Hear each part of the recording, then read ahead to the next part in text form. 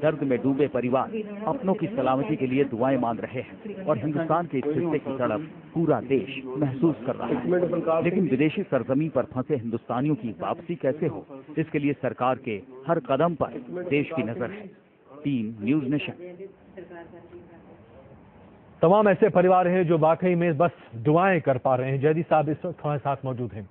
जयदीप साहब, आपकी रिश्तेदारों से आपकी बातचीत कब आखिर हुई है और अभी तक क्या पता चल पाया है उनका? उनका चल पता है कि अब वो सुरक्षित हैं, कोई परेशानी नहीं है जी, क्योंकि वो करबला में हैं और करबला में और नजफ के अंदर कोई प्रॉब्लम नहीं है। सिर्फ जो है सामरा में के और सामरा के आसपास और बगदाद के आसपास ही लड़ाई छिड़ी हुई है। तो आप लोग मैं जो हूँ वहां से लौटा हूँ जी, राहत की सांस ले रहे हैं? जी, राहत की सांस ले रहे हैं। अच्छा, आप बता रहे थे कि आप अभी हाल फिलहाल ही वापस आए। कब वापस आए आप? जी, मैं यहाँ से 20 तारीख को गया था, 20 मई को, और 11 जून को मैं वापस लौटा हूँ जी। और जब मैं पहुंचा था जी, तो जब नजफ पहुंचा था तो नजफ में ही एक धमाका के पता चला था कि धमाका हुआ है और वहाँ 19 या 39 लोग मारे गए हैं जी। उस वक्त से दहशत शुरू हो गई थी। लेकिन उसके बाद करबला आए, करबला के अंदर कोई ऐसी दहशत पता नहीं चली। उसके बाद हम सामरा गए। सामरा जाने के लिए हमारे जो काफिले सालार थे उन्होंने मना कर दिया था। उन्होंने कहा था आप अपने रिस्क पे सामरा जा सकते हैं, हम जान की जिम्मेदारी नहीं ले सकते। जो जाना चाहे वो अपना नाम लिखवा दे। हम 36 लोग इकट्ठे होके हमने सबने नाम लिखे और सामरा गए। जिस दिन हम सामरा गए उससे अगले दिन जो था वहाँ 50 सैनिक मार दिए गए थे और उसी वक्त से वहाँ सामरा का रास्ता बंद हो गया था जी। वहाँ देखा गया कि वो गाड़ियों से आते हैं और बंदूक लगाए हुए लेते हैं और उसके बंदूकों से अपना वो बसों पे और कारों पे वार करते हैं। बिल्कुल। हम मशहद से छोटी छोटी बसों में गए थे, वहाँ 3 बसें ले गए जी। लेकिन वहाँ उस वक्त उस दिन सब हम आराम से आना जाना हमारा वापस हो गया था साथ खैरियत के। तो आप तो किसी ऐसे मुश्किल हालात में नहीं फंसे जहाँ पर गोलियां बरस रही हो? नहीं, ऐसे किसी हालात में नहीं हम फंसे जहाँ गोलियां बरस रही हों, लेकिन सुना ही है हमने। सुनने में दहशत जो थी वो दहशत थी। उसके बाद करबला से लेकर मशहद तक और नजफ तक कोई हमें प्रॉब्लम नहीं हुई। चलिए, बहुत बेहतर, बहुत बेहतर। वसीम साहब, आप कुछ कहना चाह रहे थे? नजफ में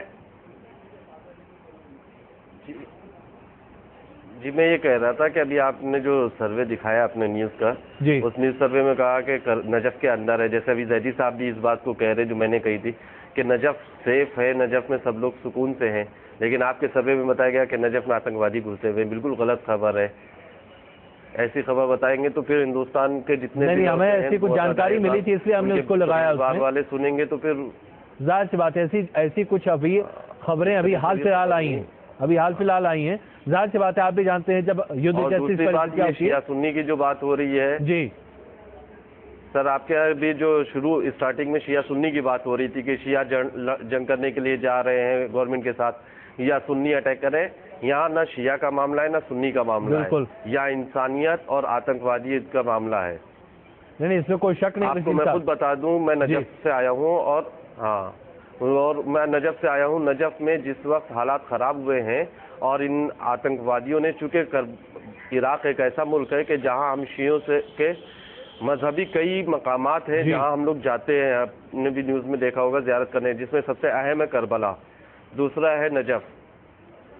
करबला में इमाम हुसैन अलैहिस्सलाम शहीद हुए हैं, वहाँ उनकी कब्र, उनका रोज़ा है। नजफ में उनके बाबा और हमारे पहले इमाम हज़रत अली अलैहिस्सलाम की कब्र है। इसी तरह काज़मैन है और सामर्रा है। ये सब वो जगह जहाँ हमारे इमामों की कब्र है, हम वहाँ ज़ियारत के लिए जाते हैं। तो अब वहाँ के ऊपर हालात कुछ ख़राब हुए हैं, ये सही है। और आतंकवादियों ने, मैं जो आपको बात बताना चाह रहा था सर, 2 जुमलों में सुन लीजिए। आतंकवादियों ने जब वहाँ पे हमला किया है तो उन्होंने अटैक करने के बाद वहाँ कब्जा किया है सामर्रा में और कहा था कि हमारी नज़र सीधे करबला पे है, हम पहले करबला पे अटैक करेंगे और करबला को ख़त्म करेंगे। जब ये न्यूज़ आई है तो शियों के विश्व के सबसे बड़े जो आलिम दीन हैं। बिल्कुल नहीं, इस पर हर कोई इस पर कोशिश कर रहा है कि किस तरीके से ISIS को रोका जाए। बिल्कुल आप एक मिनट, मेरी बात बहुत इंपॉर्टेंट है जैदी साहब। सर मेरी एक बहुत इंपॉर्टेंट, हमें जरा अपने दर्शक को एक रिपोर्ट भी दिखानी है। मैं बहुत इंपॉर्टेंट बात बताऊं। एक सेकंड जैदी साहब, आप रुकिए जरा, प्लीज धीरज रखिए। हमें एक रिपोर्ट बहुत जरूरी दिखानी है और इस पर हम चर्चा आगे बढ़ाना चाह रहे हैं। किस तरीके से अबू बगदादी नाम का ये व्यक्ति आज दहशत का दूसरा नाम बनता दिखाई दे रहा है इराक में, और जिसकी अगुवाई में या सरपरस्ती में यूं कहें कि इस पूरे आग को फैलाया जा रहा है।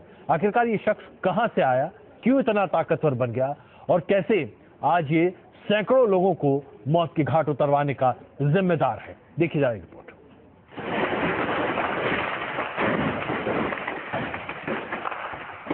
दुनिया के सबसे अमीर आतंकवादी संगठन Islamic state of the Iraq and the Levant यानी ISIS का सिरमौर है अबू बकर अल बगदादी।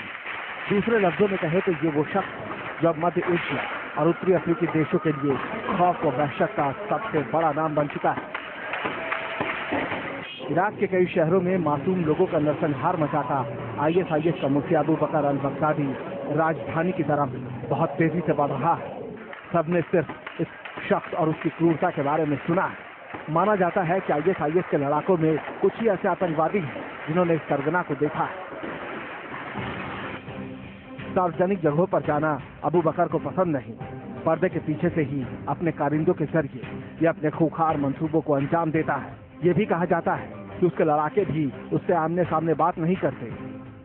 अब तक दुनिया के सामने इस खूंखार आतंकवादी की सिर्फ 2 ही तस्वीरें सामने आई हैं, क्योंकि तस्वीर खिंचवाने और अपने ठिकाने का खुलासा नहीं करता है अबू बकर। इसीलिए इसे ना दिखने वाला शेख भी कहा जाता है। कभी अलकायदा का आतंकी रह चुका अबू बकर अपने पुराने आकाओं ओसामा बिन लादेन और अल जवाहिरी की तरह वीडियो जारी करने और फोटो खिंचाने से परहेज करता है।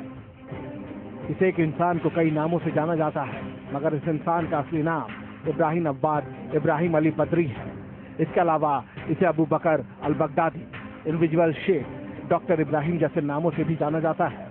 इस खूंखार शख्स को डॉक्टर इसलिए कहा जाता है क्योंकि इसने यूनिवर्सिटी ऑफ बगदाद से इस्लामिक स्टडीज में डॉक्टरेट की डिग्री हासिल की है।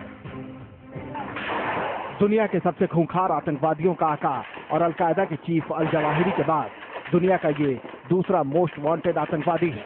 यही वजह है कि US स्टेट डिपार्टमेंट में इस शख्स को जिंदा या मुर्दा पता देने वाले को कुल $10 मिलियन के इनाम का ऐलान किया गया है। ये रकम अल जवाहिरी के सिर पर रखे गए अमेरिकी इनाम यानी $25 मिलियन के बाद दूसरी सबसे बड़ी रकम है। वैसे तो अबू बकर अल बगदादी के कोहराम के किस्से काफी लंबे हैं, लेकिन इस बार उसने जिस तरह आधे इराक को बंधक बना लिया है वो उसका अब तक का सबसे बड़ा दांव है।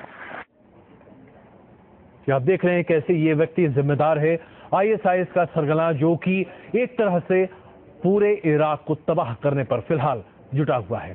भारतीय बहुत बड़ी संख्या में वहां फंसे हैं, जिनको बाहर निकालने की जिम्मेदारी अंततः सरकार की है।